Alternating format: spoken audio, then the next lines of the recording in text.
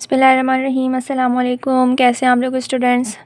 आज हमारा टॉपिक है क्लास मैट्रिक के हवाले से matrices and determinant chapter number 19। Topic है हमारे पास 19.6 3/3 का मैट्रिसेस हम सॉल्व करेंगे और देखेंगे कि इसके जो क्वेश्चन है वो किस तरीके से हम सॉल्व कर सकते हैं।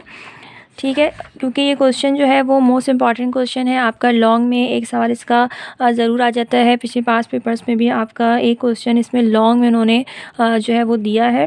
तो ये क्वेश्चन ज़रा बच्चों को थोड़ा मुश्किल लगता है, तो इसके हम क्वेश्चन देखेंगे इसकी एग्जाम्पल में से और इसके एक्सरसाइज में। एक्सरसाइज 19.2 है, उसका क्वेश्चन नंबर 7 है। Find the inverse of the following matrices by adjoint method. तो 2/2 का इन्वर्स हमने करा हुआ है। आज हम करेंगे 3/3, यानी कि इसका क्वेश्चन नंबर जो 3 है, जो सी डी और ई पार्ट है, हम ये देखेंगे कि किस तरीके से सॉल्व होंगे। तो आइए हम स्टार्ट करते हैं। इसका क्वेश्चन नंबर सी जो है वो हमने यहाँ पे लिखा हुआ है 3/3 का ये इन्वर्स मेथड है। ठीक है, तो सबसे पहले हमें इसका इन्वर्स निकालने के लिए हमें इसका डिटरमिनेंट जो है वो निकालना पड़ेगा। तो इसका जो डिटरमिनेंट हम किस तरीके से निकालेंगे, डिटरमिनेंट निकालना हमने पहले भी सीखा है, तो एक दफ़े से और हम देख लेते हैं कि डिटरमिनेंट 3/3 का कैसे निकलेगा, क्योंकि इन्वर्स के लिए डिटरमिनेंट निकालना बहुत ज़रूरी है। ठीक है, तो डिटरमिनेंट निकालने के लिए सबसे पहले क्या करना है स्टूडेंट्स कि आपको इस तरीके से 3 कॉलम्स ड्रॉ कर लेने हैं, यानी कि 3 मैट्रिक्स ड्रॉ कर लेने हैं इस तरीके से।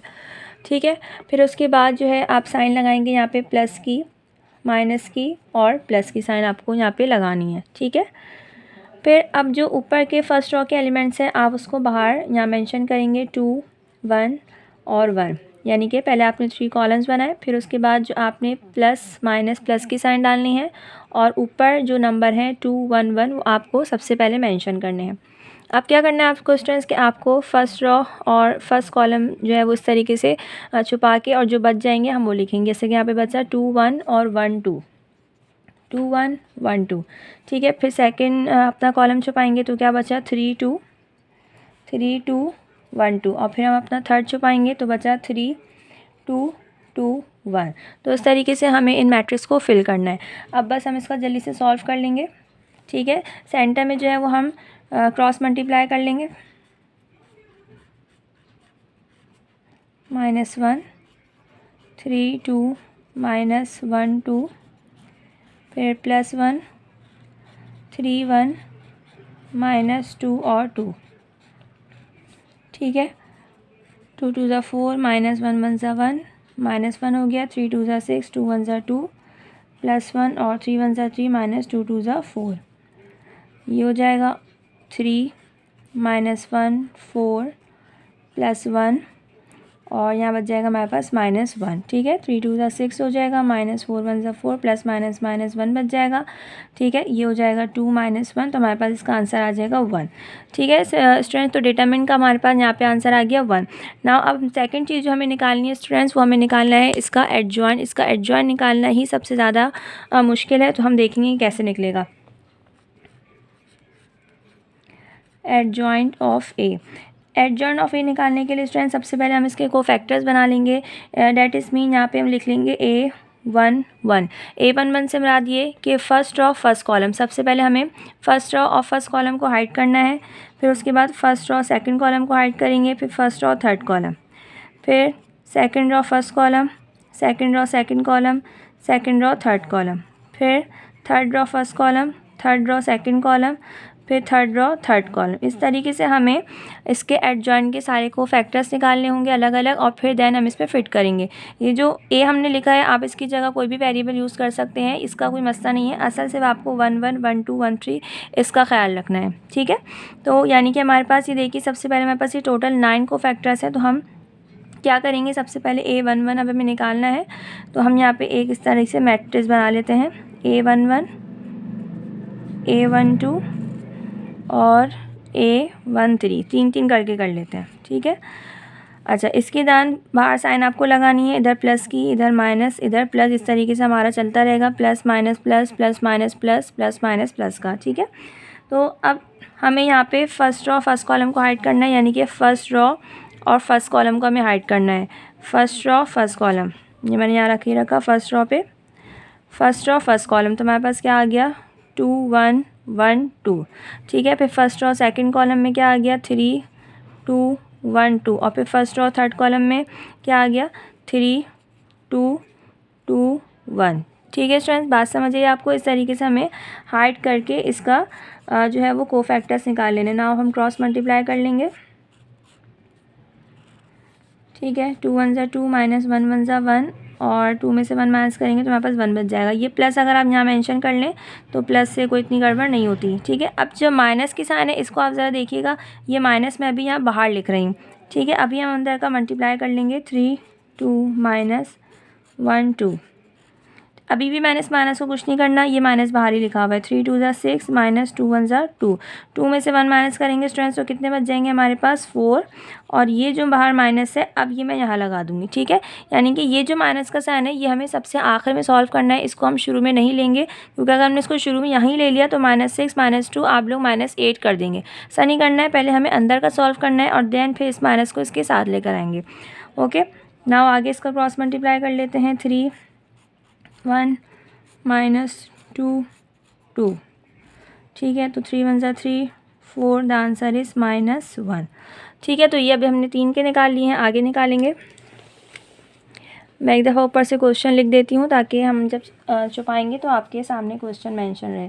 क्वेश्चन था हमारा 2 1 1 3 2 1 और 2 1 2। ये हमारे पास जो था वो स्टूडेंट्स क्वेश्चन था। ठीक है, तो हमने कोफैक्टर अपने A1 3 तक निकाले थे, हम निकालेंगे A2 1 फिर A2 2 फिर A2 3, यानी कि सेकंड रो फर्स्ट कॉलम। इस तरह इसके भी 3 बना लेंगे। अच्छा, अब क्या था स्टूडेंट्स के लास्ट जो था वो हमने अपनी जो साइन रोकी थी यहाँ पर वो, हाँ लास्ट टाइम जब हमने अपनी साइन यहाँ पे रोकी थी वो प्लस पे रोकी थी, तो हम आगे माइनस से कंटिन्यू करेंगे, प्लस माइनस प्लस। ठीक है, फिर माइनस प्लस माइनस, तरीके से अपने कंटिन्यू करेंगे ना। अब हमें छुपाना कौन सी चीज़ हाइड करनी है, अपने सेकंड कॉलम जो है वो अपना हाइड करना है, second row second row hide करेंगे और फिर फर्स्ट न्यू और यानी कि सेंटर वाला ऐसे और ये वाला। ठीक है, तो हमारे पास बच गया 1 1 1 2 1 1 1 2। फिर सेंटर वाला हाइड करेंगे इस तरीके से, तो हमारे पास बच जाएगा 2 2 1 और 2। फिर थर्ड वाला 2 1 2 1। ठीक है, इस तरीके से आपको इसका भी लिख लेना है और इसका भी हम मल्टीप्लाई कर लेंगे, माइनस बाहर ही रहने देंगे। 1 2 माइनस 1 1। ठीक है, 2 1 ज़ा 2 माइनस 1, ये माइनस अभी बाहर है, 2 में से 1 माइनस करेंगे स्टूडेंट तो 1 आ जाएगा। ओके, ना उसको भी ले लेंगे 2 2 माइनस 1 2 2 2 ज़ा 4 माइनस 2 1 ज़ा 2, ये 2 हो गया।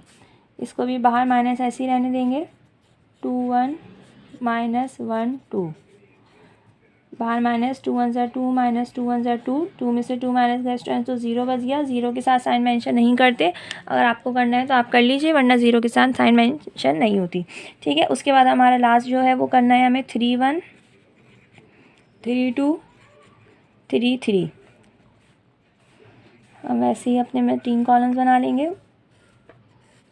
और साइन हमारी माइनस पे ख़त्म हुई थी तो अब प्लस माइनस प्लस। ठीक है, अच्छा नाउ हमें थर्ड रो को हाइड करना है, third row first column, third row second column और थर्ड रो थर्ड कॉलम।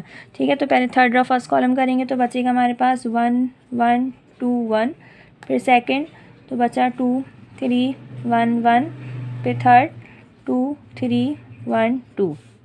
ठीक है, सिंपल। नाउ क्रॉस मल्टीप्लाई कर लेंगे, 1 1 ज़ा 1 माइनस 2 1 ज़ा 2, द आंसर इज़ -1।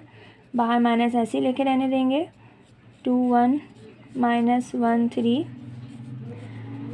2 1 ज़ा 2 माइनस 3 1 ज़ा 3, ये माइनस अभी यहीं रही, माइनस अभी ये वाला है, 2 में से 1 जाएगा तो -1 बचेगा। अब देन माइनस माइनस प्लस 1 हो जाएगा ये। ठीक है, इस माइनस को इसके साथ नहीं लिखेंगे, क्योंकि अगर आपने इसको लिख लिया तो हम -2 -3 करके -5 कर देंगे, ऐसा नहीं करना।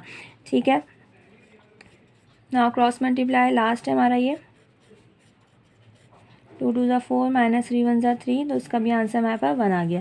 तो ये इस तरीके से हमारे पास पूरे 9 कोफैक्टर्स निकल गए हैं फर्स्ट रो फर्स्ट कॉलम करके। नाउ हमने जो अपना एडजॉइंट निकाला था हम पहले उसमें फिट कर लेते हैं।